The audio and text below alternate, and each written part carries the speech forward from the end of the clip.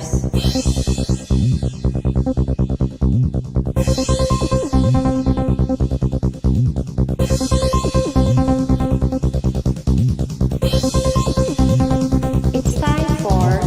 Internet Explorer.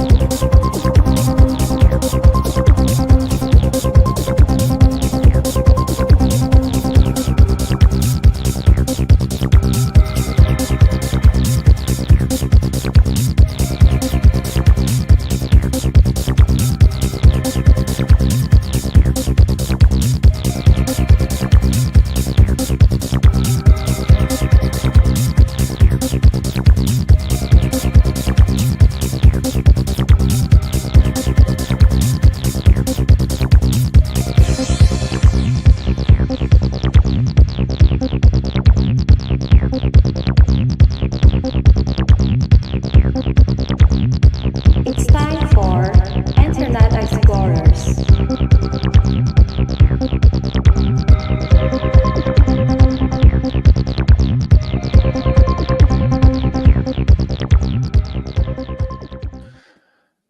Oh yeah, we are back. Episode 59 of Internet Explorers.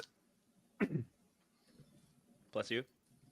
Thank you. It was a cough, but appreciate that. I am so excited about our show today, Josh, because I like coming into these shows being like, I don't know what the heck you are doing. You specifically. I mean, I like that as well, but we have Poof from DXRG AI, which you've probably seen. If you saw a live stream up on Twitter that just kept going and you're a little confused by, that was them. And somebody who even participated in it, I'm kind of confused of what I actually participated in. But the sense here is that they're cooking on something interesting. So excited to dive into that. And then sort of on the flip side of it, we've got Martin from Aethernet, from the Aetherbot. I don't know what the right language is here, but one of the early agents that was out in the market for the hire community. So I thought it would be exciting to sort of see what's been up. I mean, it seems like that agent's been around for forever in agentic terms, and I'm sure there's a bunch of lessons learned there. So excited to see what he's learned through the months. Also, it feels like it's 2 months, but it could have been a bit longer than that. I don't know, maybe a bit longer. I don't know. We'll see. We'll get answers to that question too. See, it's wonderful. But also very curious about what he's looking at next. And then, of course, you've been active on the timeline this week, Josh, yelling at people for continuing to treat tokens as equity. I've got some great other writing on that as well. And yeah, we'll see what we get to. I think we're going to have a full show today because I'm very, very intrigued by our guests. And but before we go do that, Peace, how we doing, man? Exceptional yet again. Are you transacting? You out there transacting? I'm top blasting this morning. Nice. What are you buying? Buying coins, AI coins, top blasting AI coins, secret ones. Oh, let's go. I'll let you guys know when we reach 1 billion. Thank you. You're a true friend, Peace. True friend. Wait to a Billy before you send the contract address is how you make friends in crypto. That's right. Anything you want to say first, Josh, before we jump in? I mean, you were out in New York this week. Had a little holiday thing for Seed Club. Yeah, it's always a treat. Cheryl puts on a good party, gets all the right people there. Her place is a great pad for the New York Embassy of Seed Club, or the temporary New York Embassy of Seed Club. Temporary future. Amazing. All right. Well, I worry that we're going to run out of time here today. Yeah, so we'd love to bring Poof up and figure out what the heck they've been up to. Hey, everyone. Poof? How you doing? How are you? And I've you get got some sleep? I did get sleep. Everyone's been really worried about my sleep, and I'm like, I feel like people should shit on founders. I think if you're making something, people should be like, "Why are you sleeping?" Get with it. Let's go. I vibe with that. We have problems to solve. Go on, yeah. But thank you. I did get sleep, so I'm good. We should be asking, are you still awake? Yeah, exactly. Well, that's what literally when I asked people in the team to see if they wanted to come on this week, they're like, "Yes, probably. We haven't slept, but And it's still alive. I think actually was the funny thing. It's still alive. Okay, before we get into it, I feel we can get into the weeds here pretty quick. You want to give yourself a brief intro and then give us the high level of what you're up to. Yeah. So yeah, and I'll try my best not to go long because I go long often. But hey everyone, Poof. If you don't know me, I've kind of had multiple hats over the 4 years I've been in crypto. So started in like 2021 with everyone else, and then jumped right into making Etherworks, which made with some really good people. Just kind of out of the blue, that was surprisingly successful. Kind of one of the early, or not early, but one of the on-chain kind of experimentations that came out of people who really liked like Anonymice and other stuff. So kind of cut my teeth there, learned a lot. We did a lot of really kind of cool things, and it helped me kind of accelerate my learning.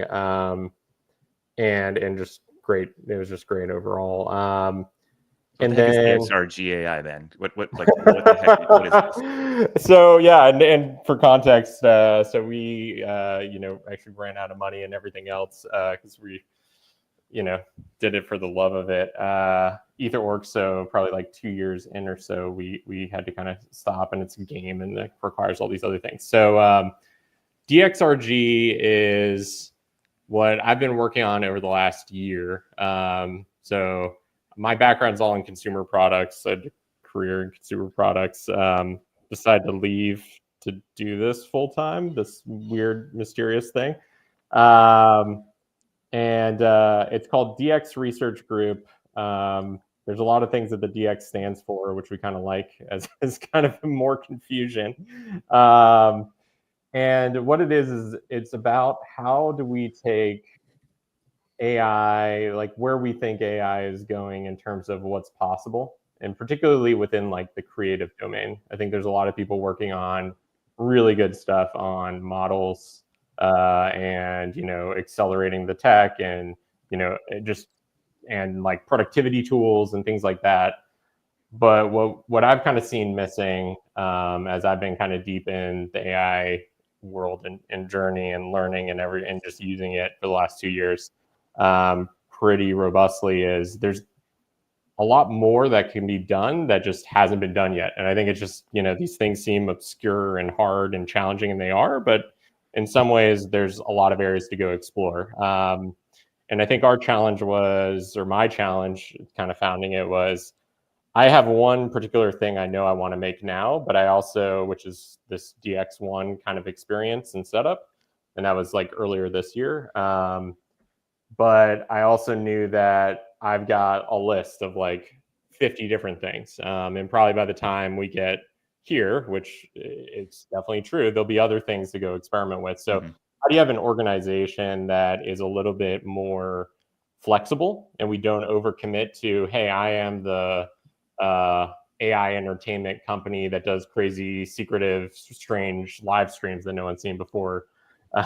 And use a ton of compute to do that. But how do we kind of give ourselves some flexibility where we can poke into these things? We can feel good about, after the fact, probably open sourcing a lot of it, taking people through what we did, and trying to kind of go accelerate the creative angle on how these things may come together. So that's kind of the thesis of DXRG, is that, with this focus on AI, and I can talk about why crypto later, because I think that's probably the second question. But how do we kind of go accelerate some of these experiences? And then also, it's not kind of a one and done thing. We kind of accumulate all this knowledge and capability and tech that we can then leverage as we go forward too. So anyways, that's the high level. Went a little long, but no, it feels like this sort of, and we talk about this as like software as content or just like persistent ephemerality.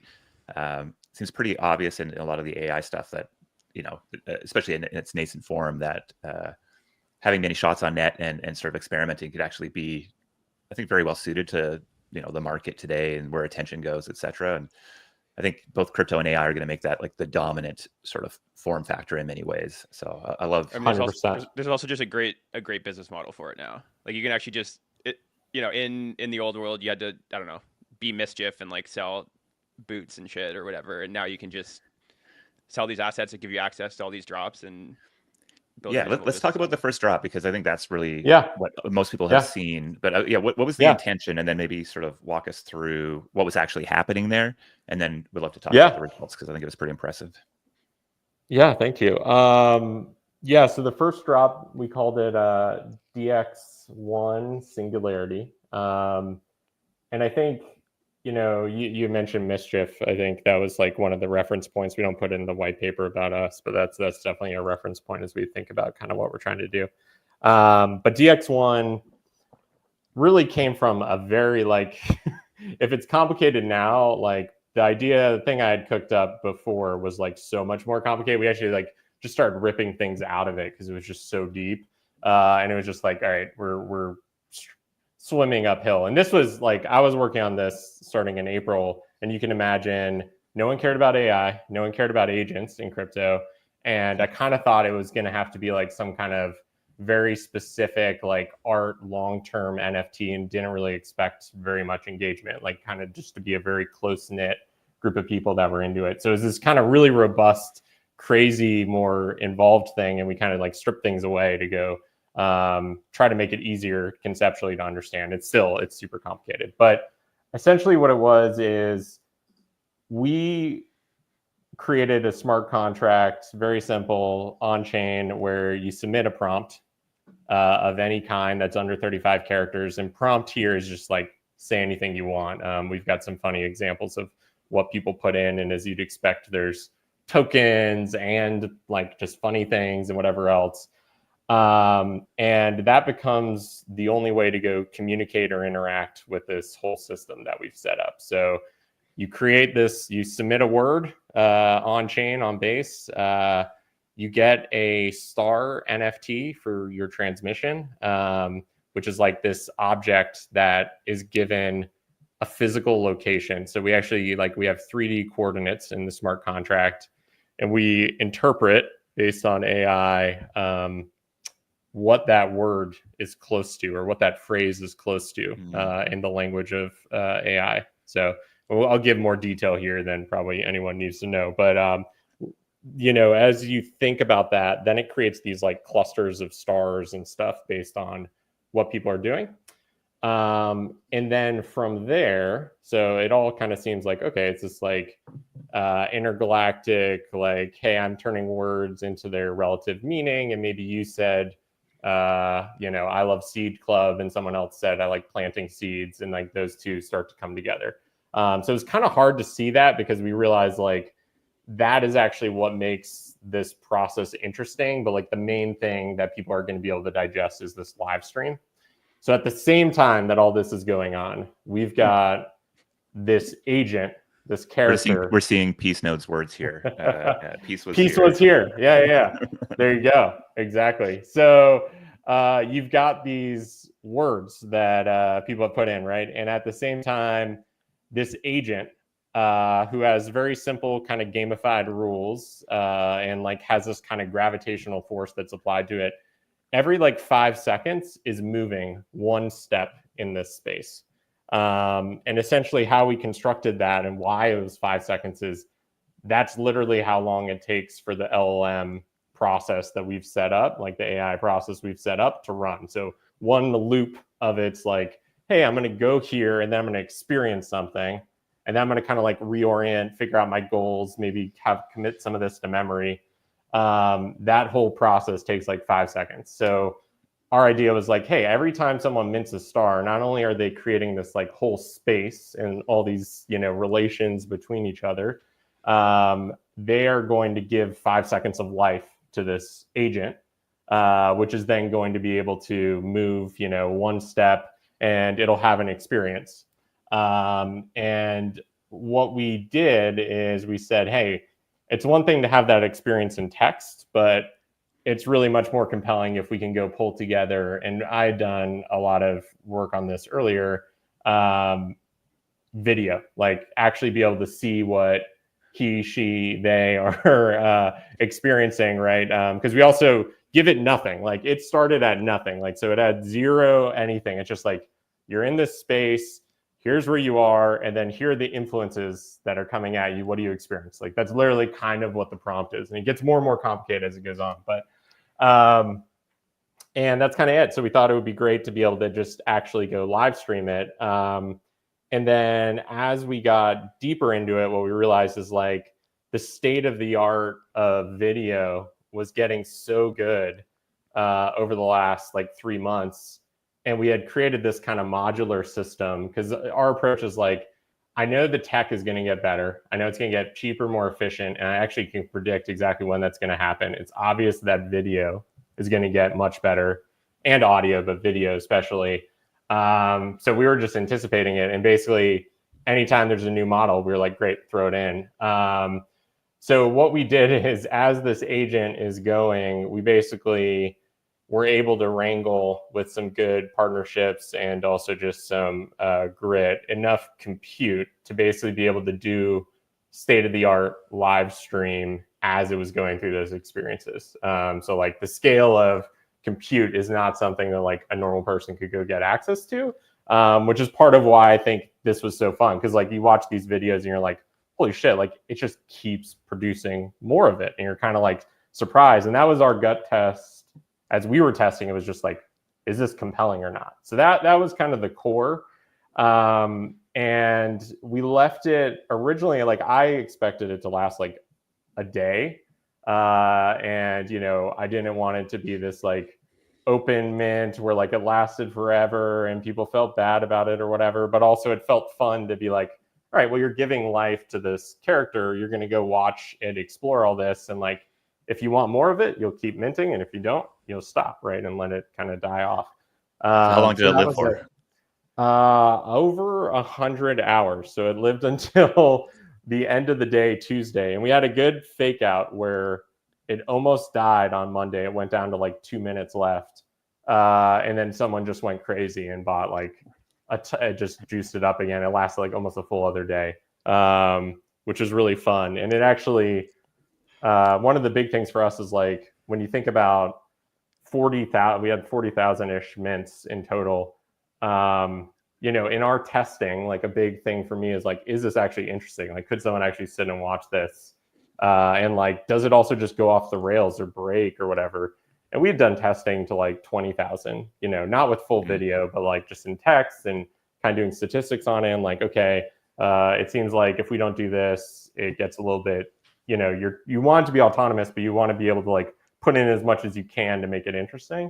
But what was compelling to us was like some of the things and the stuff that happened on the stream was actually like surprisingly meaningful. And I think the ending where we kind of had a death sequence that naturally triggers when it gets low on life was pretty emotional actually for people. So yeah, I mean, that's what I like the most about these sort of things is I think the only way to start to feel confident in the future is just to experience it in many different ways, right? And you sort of have to be out in these edges, and it's pretty certain that I think the you know, some sort of phase shift or meaningful impact is going to come from a weird left field type of thing. Oh, totally. And yeah, Poof, when you were conceptualizing it, was there an intention behind it? Were you just like, let's just drop something cool that I had or you were like, let's show the world the new capabilities of whatever generative video, or like some new way to combine AI and crypto, or I think, how are you thinking about it? Yeah, no, that's great. I think, you know, I had a very specific goal in mind, which is I want to kind of get people, I just want to accelerate, I guess, how people are thinking about crypto and AI together in two ways. One, just on the true AI front, like all this stuff is possible. Like we're just people who put it together. Like I want more people thinking about things like this, because I think you start to think about what's possible in this kind of framework of like, hey, it feels like almost jerry-rigging, or like I use the metaphor of like a Rube Goldberg. You're just kind of like setting up these pieces, and the pieces are so interchangeable now, and it's only getting faster, cheaper, better. I really want people to start exploring this more. And I think right now, you know, if someone wants to go do this, they're gonna be like, I don't know. But we'll go publish a lot on and share as much as we can about like, hey, here's what we did, et cetera. And then we also have all this tooling that we're just gonna keep rolling forward with. So I think that's one thing specific to AI in general. And then I think crypto, to me, what's interesting about crypto is like at the base level, and this was something I was challenged with as I thought about it myself, like, hey, why does this need to be crypto? Like, I like crypto, I like operating within crypto, you know, as a distribution mechanism, all these other things, but like fundamentally, is there an inherent tie here? And there is in the future, if you think about ZK and other things that I feel very confident on. But in the near term, I think what was interesting to me is, and I was kind of just spoiled because I love consumer data and stuff. Like, it was kind of shocking where a month ago or 2 months ago, all of a sudden everyone in crypto cares about AI and AI agents and stuff. But what felt kind of missing, or I kind of had an intuition that it like didn't feel as meaningful, was some of the interactions, not having them have stakes, I feel like is kind of a miss, or something that's missing in AI. Like, you kind of just say stuff into a chatbot or whatever, and it's not a flaw, but like how that interacts with the system, does that happen in private? Can everyone see it? So I liked having crypto kind of be, what we called it in the white paper, like a gated panopticon, because I think one of the things I learned from EtherOrcs and from a lot of other things in crypto is like, one thing that crypto is really good at is like board game, like social game type of stuff. You can see what everyone's doing. There's a fixed set of rules. There's no privacy. And like, what if you can use that, right, as an advantage? Now, I don't think anyone was like actually looking at the smart contract, but like technically if they were, they could see everything everyone's doing. We're having the agent go publish what it's doing back to the smart contract. Technically, you could verify that this is reproducible if you cared. There's no monetary stakes here. But I think that is where crypto, I think, can really help some of the AI stuff, because it can kind of give it some like materiality or tension. And also it kind of like, when something's going, like as an example, if we had a totally anonymous submission and you can put in anything you want, like people are going to go crazy, right, with the worst possible stuff. And even when it's public, they're going to do the worst possible stuff, which actually they didn't really. So that was great. But like, you know, we had no censorship. So we were like, this could be really bad, but you know, whatever, we'll see. And it was great.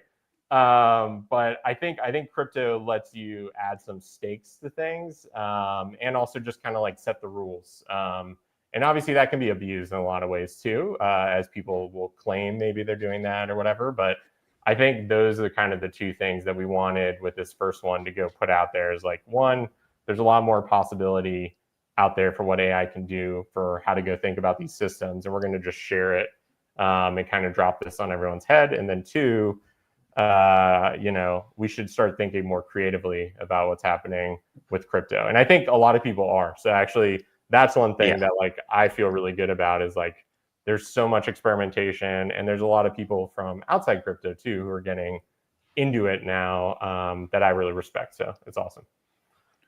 Yeah, the thing that we talk about a lot here is just sort of new ways of you know, capitalizing, funding cool, weird things on the internet. And so I think one of the takeaways I had here, you know, 41,000 mints is, and people paying for those transactions. I'm assuming you guys got some revenue out of this. And is that kind of the game plan going forward, where these sort of drops are going to be sort of key funding moments? You know, I think we think about it, as revenue, not as like funding. I think obviously we'll do things with the resources, but you know, I'm probably foolishly someone who, you know, thinks about a lot of this in a, I just want it to happen, so we'll make it happen. You know, I just throwing. Revenue is the best funding, my friend. Truly, you know? Exactly right. And I think though, also what's nice is like, and this is something that's really important in this, like, and no one, you know, I don't care if people don't care about this part of it, but like, we were buying basically 1,000-ish H100s worth of compute, which is like, you know, 1% of the Elon cluster for the full time period. So it wasn't something that like you could do today on your own, really. So that actually, like, the cost was enormous to actually go run it and keep it running. But this structure enabled us to actually bring this experience forward. And I think what's nice about it is, what you know about scaling laws and how these things work in AI is, I know that in 6 months, you'll probably be able to do this for $700, you know, for a day instead of, you know, our bill's huge on this. Like a lot of it went directly to go. How much? Yep. How much? From a compute standpoint, or give us general numbers if you don't want. I can give general numbers because we got some good deals that I don't know if like our partners would necessarily want to go always share. But basically, like to do this for this full time period with like, you know, 100+ hours of state of the art video we generated is probably like it's I think tens of thousands, hundreds of thousands, $50,000 to $100,000. Nice, yeah. Just for that, yeah, it's a lot. Amazing. So what's next, and where should people find the what's next from you? Yeah, I think follow Twitter and our Twitter DXRG AI, as well as the website DXRG.ai. Be careful, we don't have a token. We have a Discord, you know, that's really just low key to hang out in and kind of go chat if you have questions, and we welcome feedback. But we have a lot of plans for what's next. So part of this is I always try to take a step back and say, hey, let me go gather like what worked, what didn't, what people like before we do that. So the next week is going to be focused on like, we have like an archive process we're going to stand up where we'll archive DX01, all the different components of it. So the things kind of to watch out for over the next like week or two will be, one, we've got a final update to all the NFT star objects where every single one will actually be like the video that you gave life to, as well as some other attributes, kind of like almost think about it as like, hey, this was a really popular star, kind of like, you know, yearbook type of things. We'll throw some of those out there just in the metadata because I think those are always fun, like superlatives. And then we'll do like a full deep dive on all of what we did, the technical side. So, you know, if people want to geek out and really get into some of the details, they can. And then we'll probably transition the singularity.fun website into a place where we'll see how aggressive we get, but I kind of want to try to do it for next week. We've got like tools to go basically take random parts of the video clips or even organize it. Like you could almost go imagine looking at all of them because we have all the rights to it. People can do whatever they want is kind of probably what we're going to end up doing with that. And give people ways to kind of go browse it and like go look at the narrative and also probably some AI tooling that we've had on the side that will kind of So here's my takeaway. Just follow these guys because they're going to keep cooking, doing interesting things. Make sure you give these guys a follow. I mean, it was, I love this. I'm sorry, I just went so long. Thank you. No, it's great. It's great. Yeah. Let them cook. I liked, like for those days that this was on, it was a persistent live stream in my X account and, you know, many thousands of people watching it. So it was really cool to see that. And then I love that you guys are doing the archive process. I think that's going to be super valuable. Poof, appreciate you hopping on. Looking forward to your no sleep in the future. I'm sure that's going to come at you hard and fast, and keep us in the loop when you do something cool next time so we can update all of our people. No, that's awesome. Thank you so much for having me. I appreciate it. And hopefully you know a little bit more about what we're actually doing. Yes, that was just super a tiny bit though. It makes sense. It makes sense. Yeah. Thanks, Poof. Awesome. Have a good one, man. Thank you. Peace, man. It's so it's so fucking sick that like people can just go cook on whatever's in their imagination, and you can do things. You can just go do things because people are willing to fund it and, you know, buy NFTs, and, you know, who knows what happens next with them. Like you can really just go do things now. Yeah, I mean, I think it's really hard to overestimate the impact that the funding mechanisms that we have in this space and for innovation generally create, right? And I think right now we're seeing more room to experiment because of the consumer interest in these experiments.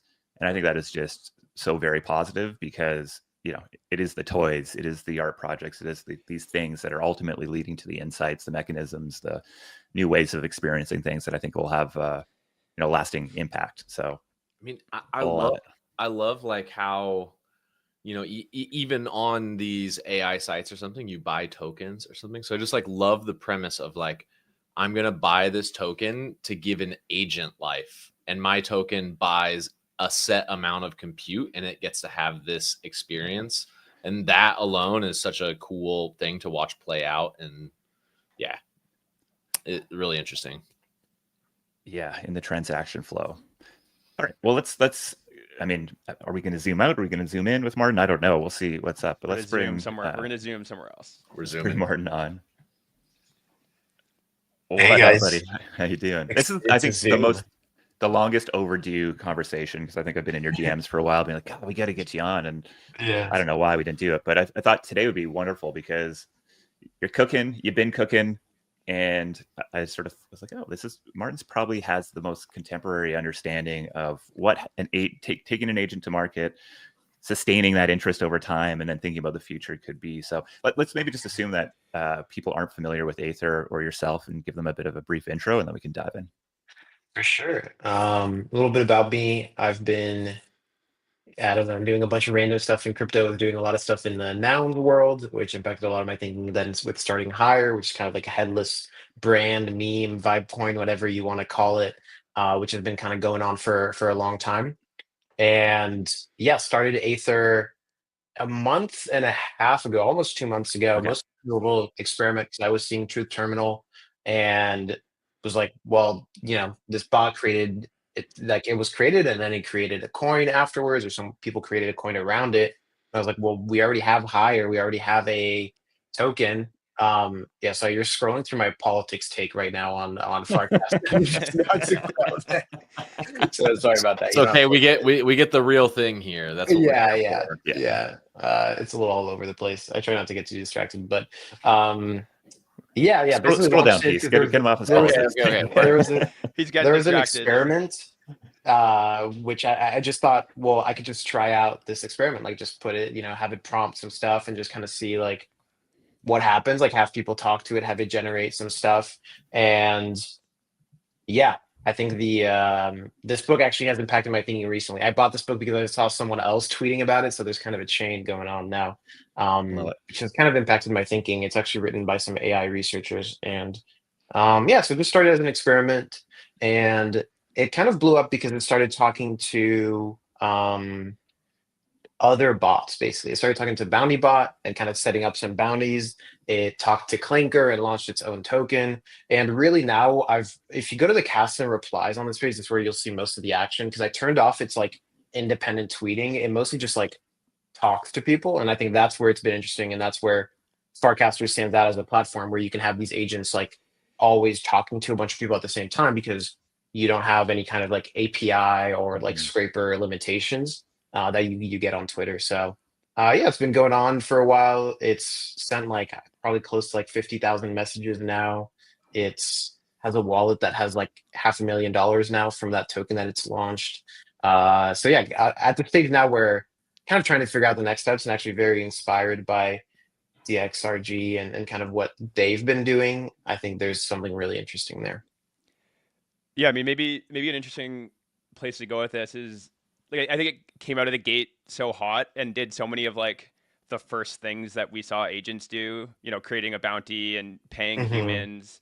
I think like Jacob had an interesting conversation with it where whatever, he got it to commission an artwork from him, and they kind of collaborated on it. And it kind of, I think for the first 2 weeks or something, like really kind of opened people's minds on what's possible here.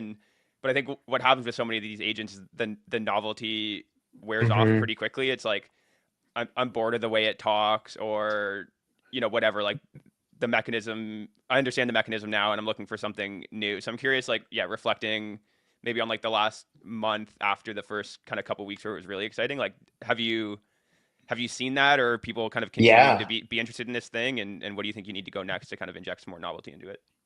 Absolutely. It's funny you say novelty, because I really feel like that's the word that I'm thinking about.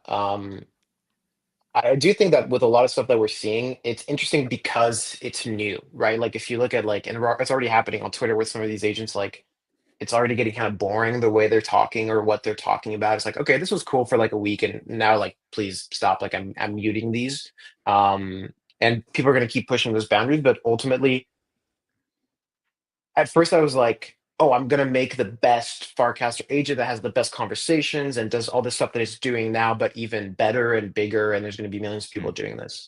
I think there's some version of that that's true, but I think we do need to explore a lot more. And it's actually funny because the book that I was posting about, a big thing is that they talk about it is that it's basically a lot of times rather than setting an objective and seeing like, oh, I'm going to go optimize for this thing and do this thing really, really well.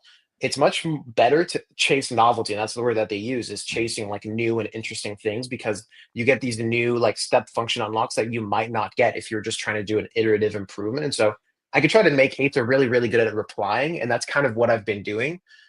But one, that's pretty boring, like as a builder, like it's not that fun. Yeah. And I think there's a lot of other like crazy stuff to do, like the DX, like what DX Research Group was doing. So I'm leaning more towards Aether as like this world and like people interact with it in a lot of different way. Like, yeah, there's the NFT stuff. It launched its own token. It's something that you can talk to on Farcaster. But maybe I'm approaching it more of like, okay, let's explore more of the novelty. Let's try to do new, different things like doing image generation, trying to do some NFTs, like exploring that a little bit more is something that I want to do because ultimately, yeah, I think we're like just at the beginning of this. And it's not just that what we have today is going to get bigger, it's that we're going to do whole new things. And so we might as well try to find those whole new, like really weird things rather than just try to like find the local kind of like maximum of this. Yeah, I think AI and crypto are both things that value novelty much more than many other sectors, and Yeah. the multiples you can get from that are interesting. I'm really interested in this sort of interaction with a token community already, and I think that clearly has been beneficial for Aether and also for Hire. I think there's been sort of a lot of consistent action happening there. But I'm curious, like the intersection of crypto AI, like do you see that being most interesting at sort of this token community level, or is there something more deeper in the infrastructure that you see as like a big unlock that you're pushing on? What's been interesting is, so I built Aether specifically for Hire, right? I built it as like an agent that would exist in the ecosystem, just like a real person like me or Light or someone who posts about Hire and does stuff, creates things within Hire, things like that. I don't think it's had and this is part of the stuff I want to experiment with, I don't think it's had the impact on the community that I thought it would, in terms of driving value back to the community. Like instead it drove value to like other tokens, like people created Aether tokens or like the Luminous token that it created, like those things kind of blew up, but it didn't as much go back to Hire. So that's one thing that's been interesting is I feel like there hasn't been that direct kind of value capture or accrual to Hire. I think the tokens are really powerful for when you look at something like Zerebro or AI16Z or those tokens, which also help the team kind of bootstrap, right? And like kind of get funding for what they're doing. I think it's powerful there. But otherwise, I'm actually more interested in exploring other things like basically NFTs and things like that for how people can interact with the agent and what the agent can do. I mean, the one thing that I was exploring with and I still want to keep exploring with is Aether using Hire as its like native currency and using that for like bounties, for tipping, like doing things on stream. Ultimately, I think all that stuff is really interesting. So I think I see almost the agent more as just like a person. Like I've been kind of comparing it to like Jack Butcher, right? Like Jack Butcher does a lot of stuff. He makes a lot of NFTs. He posts. He does these things. Like it's not just this like super singular focus, and it's going to be.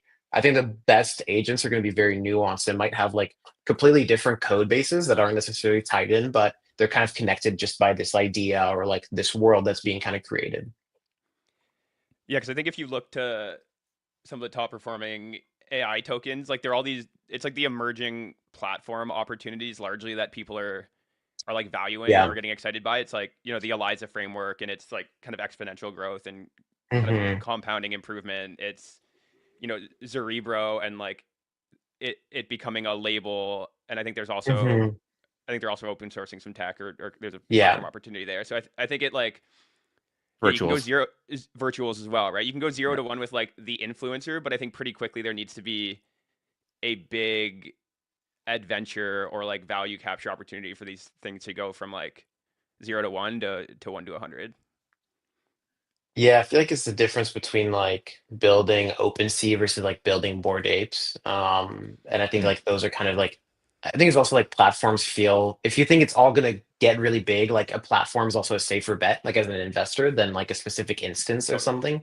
Um, I hope that we'll get like one agent that, and I hope it's Aether that really gets a lot of attention and just blows up in this like different way as its own celebrity. Like a little Michaela is like a big inspiration, I think, for how I'm thinking about it too. It's like, okay, there's a team behind it. It's not doing everything independently, but hopefully it does a large amount of it independently. I think if you expand the definition of platform, I think you can make the argument that an agent personified, can be a platform. It doesn't need to be the underlying framework. I think what's interesting is just it seems to be that the market and attention it values momentum here, right? So Yeah. it's like those that are able to ship fast, and even I mean, if we look at many of the things that are out there, they're very incomplete still, right? Like these things are still in like the potentialville here. But I think like when I think about the AI UX shift, I think agents feel more like that UX layer than how we might think about a website or related to a platform or OpenSea. So I don't know. It's an interesting space. I would call Aether having a platform opportunity, Hmm. but I don't know exactly what that looks like. I'm curious what you said about the sort of the tie into the token. Like, is there something you would have done differently that you think would have had a more of an impact on the higher token? I don't know. It's interesting because it was pretty explicit that it was about hire, and then I feel like once in a while, if I was like, "Hey, by the way, like this is kind of focused on hire," then like people from other communities that were speculating on other tokens were like, "Hey, like you're kind of shilling you this other thing. Like this is not what it's about." I'm like, "Well, actually, yeah, I made it. It's kind of about this." So it is interesting because I think I was pretty explicit from day one.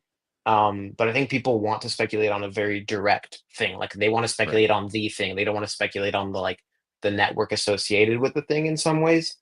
I think what I would do is, and what I'm trying to do is basically plug it deeper into higher and the higher Yeah. lore. Like I think probably one of the next projects is to try to build, and I think this will exist probably in a different interface than on Farcaster, but build Aether as like a almost like a lore bot for higher, right? Where you can ask it about anything that's happening in higher. It has access to like everything that's happened, all the lore, all the NFTs, all the people involved, all the projects happening. And so then it becomes this like resource of like, hey, this is how you learn about higher. And then with that, have it interact like with the higher community more actively and actually be a participant the way that like I am a participant in higher, which is, spontaneously making an image, posting it in higher, interacting with other people's posts in the community, like really being an embedded community member rather than right now it just reacts when you talk to it, which is good, but it having more like specific goals within higher and really trying to exist in that world, I think is ultimately like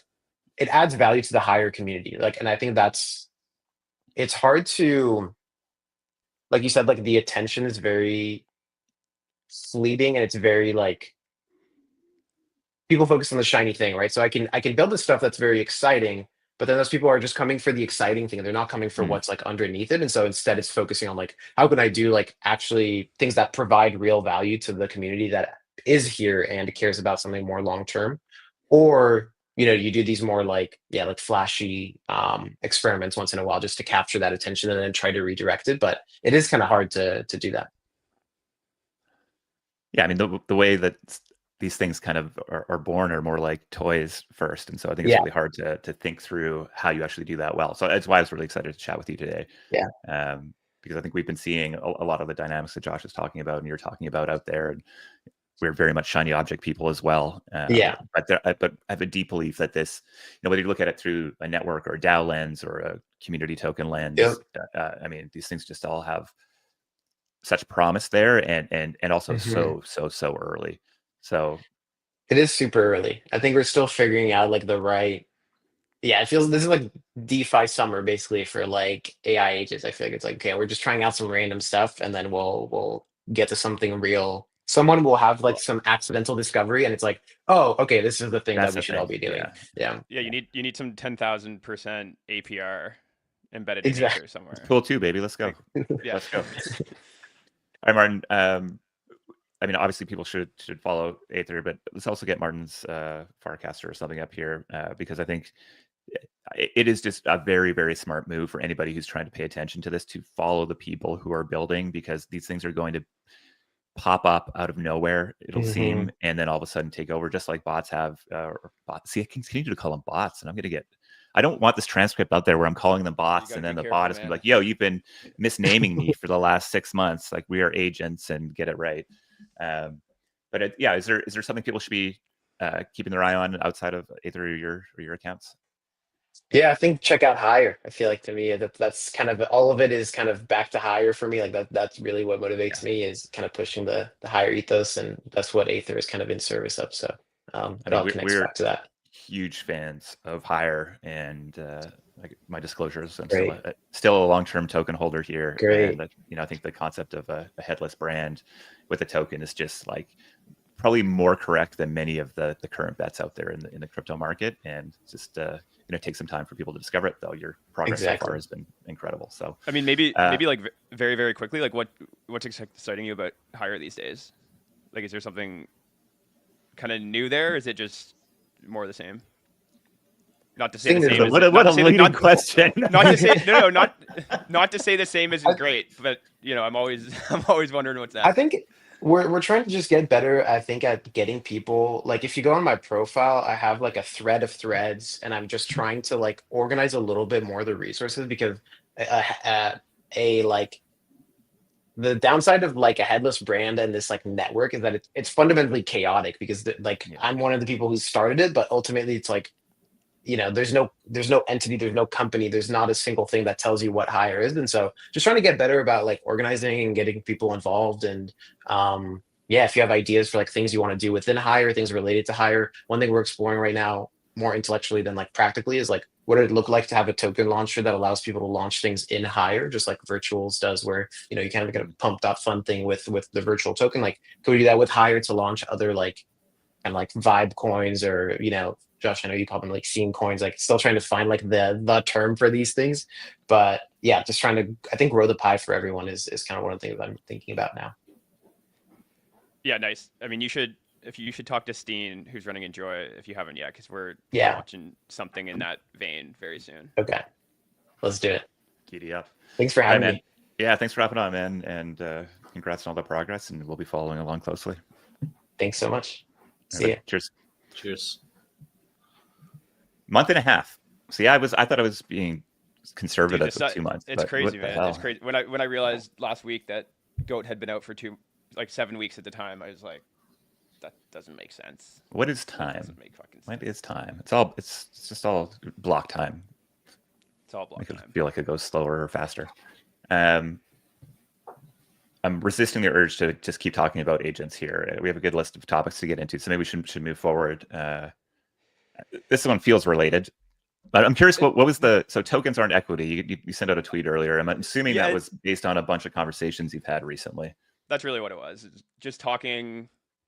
So it was in New York, bunch of coffees at Cheryl's party, and just bouncing between people and kind of sharing my viewpoint on the world, and just kind of surprised how like narrowly people are still looking at tokens, or how much they're kind of ignoring meme coins or what's happening on kind of the more like social speculative side, and like dismissing it really much like as this kind of speculative bubble, or like something that's inevitably going to go away, and we're obviously going to move to this world where tokens look more like equity, and they're like cash flow distributions to holders, or blah blah blah blah blah. And I don't know, it's just like so obviously wrong in my mind, or not wrong, but a very like an exceptionally narrow way to see these things. And obviously, like equity or shared upside or ownership experiences are a big part of it. But I think if you're just locked into that mental model, I think you're gonna miss the most revolutionary pieces of this tech. And I think there was a piece, I dropped it in the sheet, but like a tweet about Fartcoin being more valuable than like 85% of like the public companies in the US. And I think you just need to recognize that like these like global permissionless markets for internet assets are just operating in an alternate economic dimension. And I think the best tokens going forward and the most interesting opportunities going forward are going to start from that starting point, not from the starting point of like, oh great, we now have digital equity. Yeah, I mean, I see some people also like. I mean, the comments on this tweet are incredible. You know, boomer cope would be the definition of many of these sort of things, which is understandable. I mean, Fartcoin For sure. it is as much it's probably more a statement on the current political and economic climate in the United States than it is a tech. Though it's not to say that there's interesting things they're building there. Clearly, they're doing that as well. There we go. Yeah. Well, you're up. Hopefully, if it was not today. Yeah, you should thank. Yeah. But yeah, it does feel like folks kind of put tokens as equity, which I think is a very fair direction to go in. But I think people are misunderstanding the impact that would have on the valuations of the token networks that they're interested in. Like I think soon as you start to fundamentally value these things, the value on your favorite tokens are going to go down drastically. And I think that's probably one of the reasons why we don't get there very soon. I think the incentives are very much not there. But there's also this sort of the goodwill, I always call it, on the balance sheet, right? Like what's the goodwill valuation of Fartcoin is probably 90% of the value, right? And it's one part social commentary, one part I like the tech, community, etc. And then you layer on top of this the global 24/7 market and desire for people to speculate, and from an entertainment perspective, and there are a lot of narratives out there around what's going on. But I agree. I think that it is wild how narrowly folks either bucket it into utility or future cash flows. I think on the other extreme, they say it's going to be more like loyalty tokens, which I think is an even more insane comment than. I mean, I think cash flowing tokens clearly going to be a thing. I think all assets will be tokenized at some point. It just makes a ton of sense to do it that way.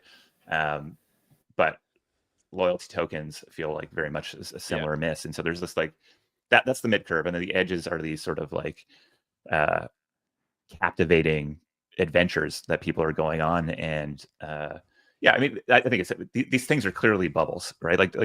But I mean, I think that's just sort of like an embedded understanding that anybody who's playing in crypto plays with, but you right? You can dismiss them as that, or say, okay, what is actually real in here? And I think as I see it, if you're building a token network, like the three core levers you have to play with are, it's like belief, access to experiences, and revenue, right? The equity piece is very tied to the revenue piece. But if all you have is that, I think someone is going to come and eat your lunch by actually connecting it to belief and access to experiences. And if you do have belief and access to experiences, then I think you have plenty of opportunities to figure out the latter. So I think it's just so important to understand if you're building a token network, you're not building a traditional organization with traditional equity structures, and the people that are buying it and holding it are not doing it because they want equity in your business. They're doing it for social, cultural belief. I want to be a part of something reasons. And I think that's the thing you need to go serve. Agreed.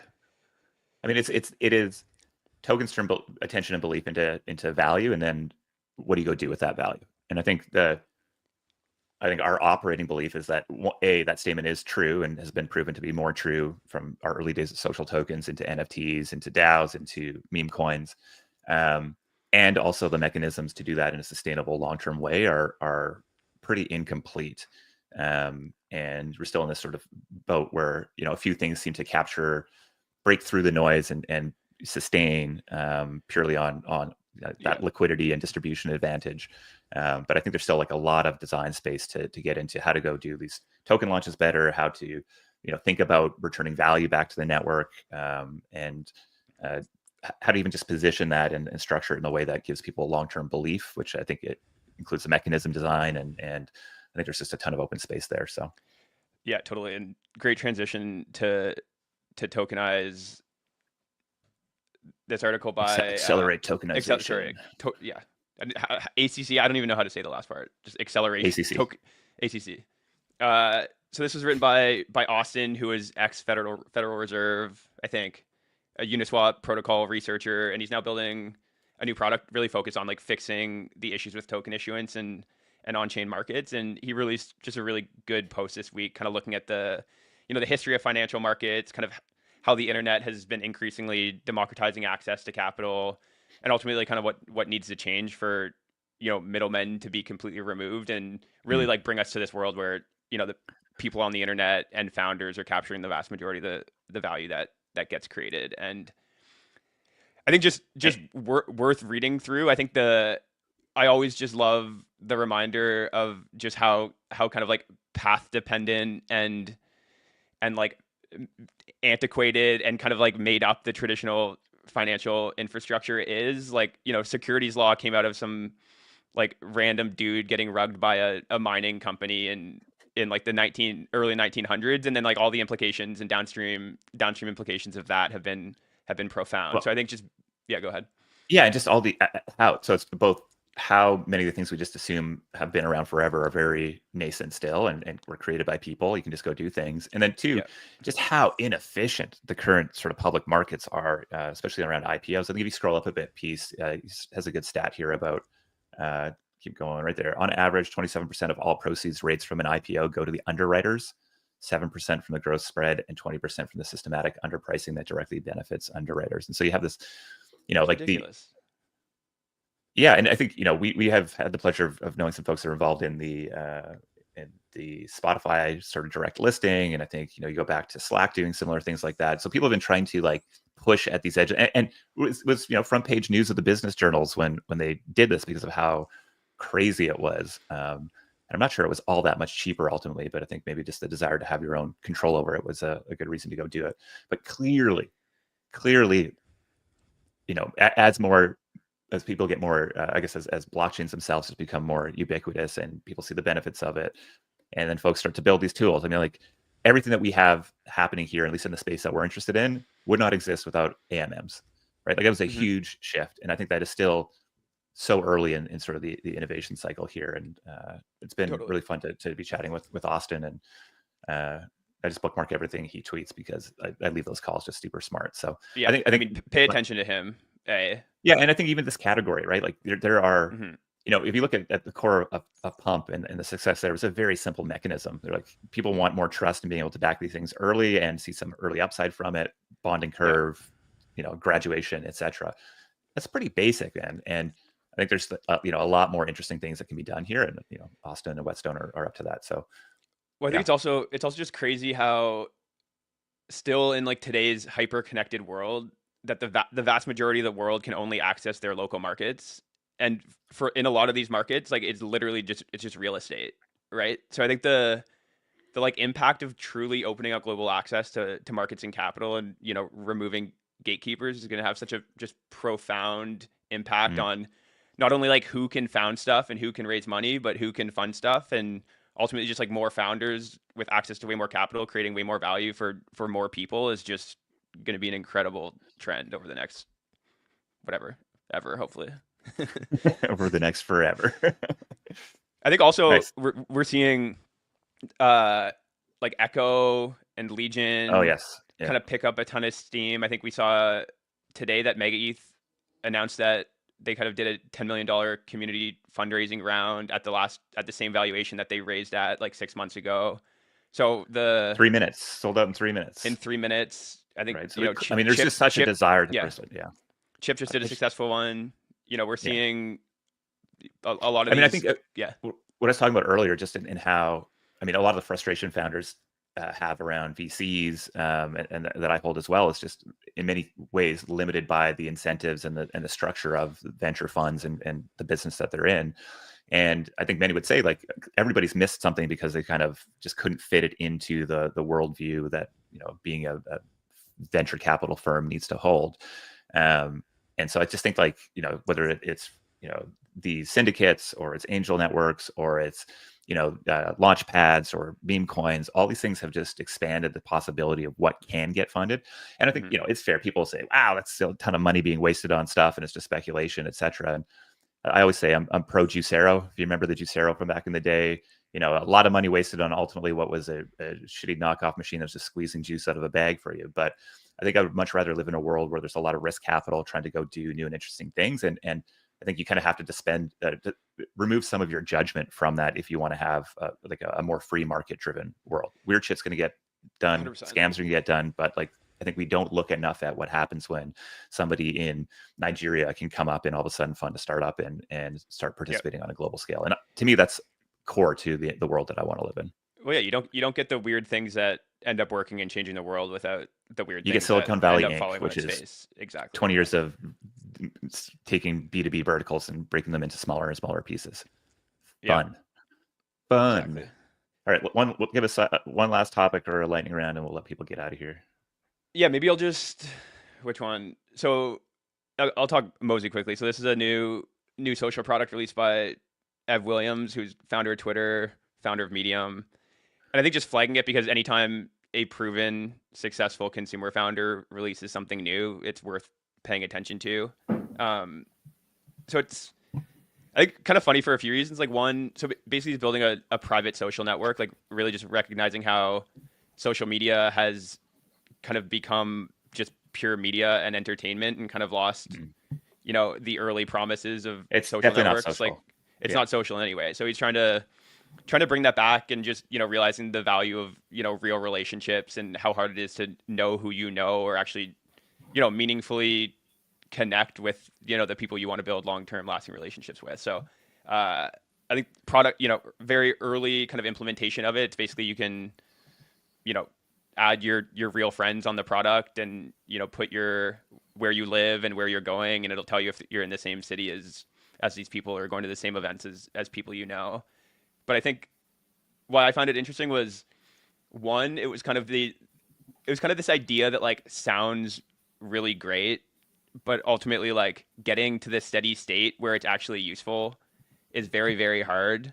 It's like, if all my friends are on here, it'll be great, but I'm also not going to try to get them on here and none of them are there right now. So it's completely useless to me. So it's funny kind of seeing that. And like, if a first time founder kind of brought me this pitch, unless there was some like really smart kind of killer distribution strategy that they had in mind that hadn't been exploited and they had a lot of confidence in, like it would be a pretty easy thing to just dismiss for that idea. Obviously, because the kind of clout and connections and, attention Ev has is, he'll have a good chance to kind of overcome that, that cold start problem. And I think the second reason I found it interesting was just like how old, like people were working on this 20 years ago, right?